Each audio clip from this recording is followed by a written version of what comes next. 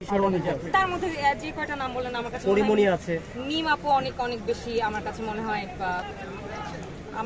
হয় অনেক বেশি ডেডিকেটেড, অনেক বেশি তার জায়গাটা সে খুব সুন্দর করে ধরে রেখেছে। কন্ট্রোভার্সি ছাড়া খুব সুন্দর করে একটা ক্যারেক্টার, নিজের ক্যারেক্টারটা মানে অ্যাজ অ্যান অ্যাক্ট্রেস বা পার্সোনাল লাইফে ধরে রেখেছে। তো আমি মিম আপুর নাম বলবো। আর তৃষার কোন কাজটা দেখে প্রেমে পড়েছি?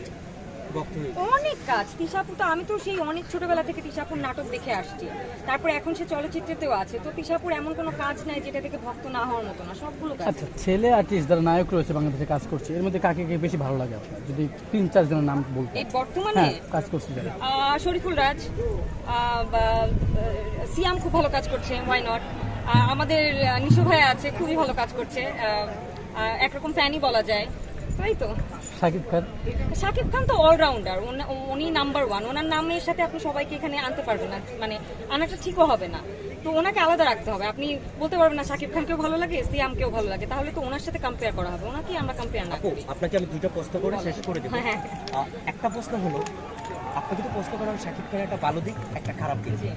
আমি বলার মতো না, এই আপনি ভক্ত হিসেবে বলবেন, ভক্ত হিসেবে বলতে পারছি না। আপনাকে প্রশ্ন করব। না, আমি এই বিষয়ে কথা বলতে চাচ্ছি না, এটা দরকারই নেই বলার। আচ্ছা, ওনার কাছে যদি আপনাকে বলা হয় কি নেবেন, কি দিবেন? শাকিব খান ভাইয়ের কাছ থেকে কি নিব, কি দিব? আই উইশ ওনার স্টারডামটা আমি নিয়ে নিতে পারতাম। আমার কাছ থেকে আসলে দেওয়ার মতো কিছু নেই, উনি একদমই মানে পরিপূর্ণ একজন মানুষ, তো ওনাকে দেওয়ার মতো কিছু নেই। বাট নেওয়ার মতো আছে যে একদিনের জন্য হলে হয় না, ওনার স্টারডামটা যদি নিয়ে নিতে পারতাম। I wish. Thank you. Thank you.